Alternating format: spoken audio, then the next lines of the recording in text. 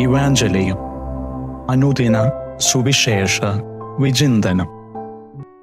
ഈശോനാഥനിൽ സ്നേഹം നിറഞ്ഞ സഹോദരീ സഹോദരന്മാരെ, ലൂക്കായുടെ സുവിശേഷം 6-ാം അധ്യായം 20 മുതൽ 26 വരെയുള്ള വാക്യത്തിൽ സുവിശേഷ ഭാഗ്യങ്ങൾ നമ്മൾ കാണുന്നുണ്ട്.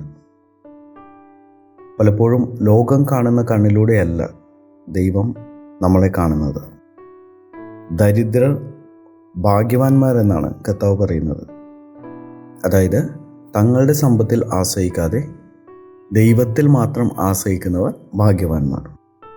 സമ്പന്നരെ നിങ്ങൾക്ക് ദുരിതം എന്ന് പറയുമ്പോൾ അവർ അവരുടെ സമ്പത്തിൽ തന്നെ ആശ്രയിക്കുന്നവരാണ്. അങ്ങനെയുള്ളവർക്കാണ് ദുരിതം എന്ന് പറയുന്നത്. സമ്പത്തുണ്ടെങ്കിലും അതിൽ ആശ്രയിക്കാതെ ദൈവമാണ് സമ്പത്തെന്ന് കരുതി ജീവിക്കുന്നവൻ ഓക്കെയാണ്. നമ്മുടെ സമ്പത്ത് നമ്മുടെ ദൈവമായിരിക്കട്ടെ.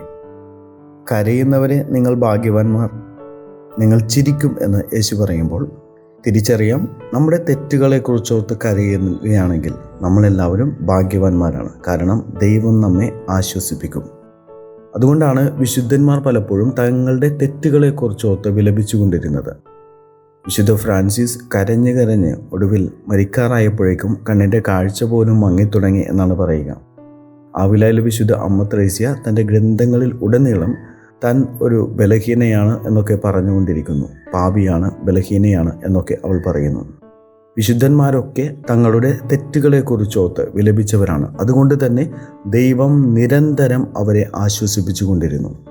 ദൈവം ലോകത്തിൻ്റെ പ്രകാശമാണ്. ഈ പ്രകാശത്തിനോട് അടുത്ത് നിൽക്കുമ്പോഴാണ് നമ്മുടെ മേത്തുള്ള അഴുക്കുകളും പൊട്ടുകളും പുള്ളികളും ഒക്കെ നമ്മൾ കാണുന്നത്. അപ്പോൾ ദൈവത്തോട് അടുത്ത് നിൽക്കുന്ന എല്ലാവരും അവരുടെ തെറ്റുകളെക്കുറിച്ച് ഓർക്കും, അതിനെക്കുറിച്ച് വിലപിക്കും.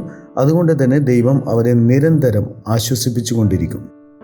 അതുപോലെ ഈശോ പറയുന്നുണ്ട്, മനുഷ്യപുത്രൻ നിമിത്തം മനുഷ്യർ നിങ്ങളെ ദുഷിക്കുകയും പുറന്തള്ളുകയും അവഹേളിക്കുകയും നിങ്ങളുടെ പേര് ദുഷിച്ചതായി കരുതി തിരസ്കരിക്കുകയും ചെയ്യുമ്പോൾ നിങ്ങൾ ഭാഗ്യവാന്മാർ. യേശുവിന് വേണ്ടി നിലകൊള്ളുമ്പോൾ തീർച്ചയായിട്ടും നമുക്കെതിരെ ആരെങ്കിലും ഉണ്ടാകും. ഒരു മിഷൻ്റെ വിജയം തന്നെ എന്ന് പറയുന്നത് ആ മിഷന് എതിരെ ആരെങ്കിലും വരുന്നു എന്നത് തന്നെയാണ്. ക്രിസ്തീയ മൂല്യങ്ങൾ മുറുകെ പിടിക്കുമ്പോൾ ചിലപ്പോൾ കുടുംബത്തിലുള്ളവർ പോലും നമുക്കെതിരായി വരാം എന്നാണ് കർത്താവ് പഠിപ്പിക്കുക. എങ്കിൽ പോലും കർത്താവ് നമ്മുടെ ഉള്ളിലുണ്ട്, കർത്താവിൻ്റെ വചനം ഉള്ളിലുണ്ട് എന്ന സന്തോഷത്താൽ ജീവിച്ചാൽ തീർച്ചയായിട്ടും അതിനുള്ള പ്രതിഫലം ഈ ഭൂമിയിൽ വെച്ച് തന്നെ നമുക്ക് ലഭിക്കും.